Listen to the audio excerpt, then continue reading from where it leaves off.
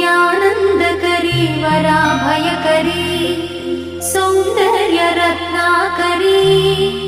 निर्धूताखिल पापनाशनकरी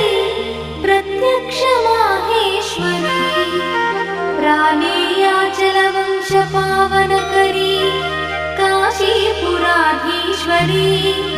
भिक्षां देहि कृपावलम्बनकरी माता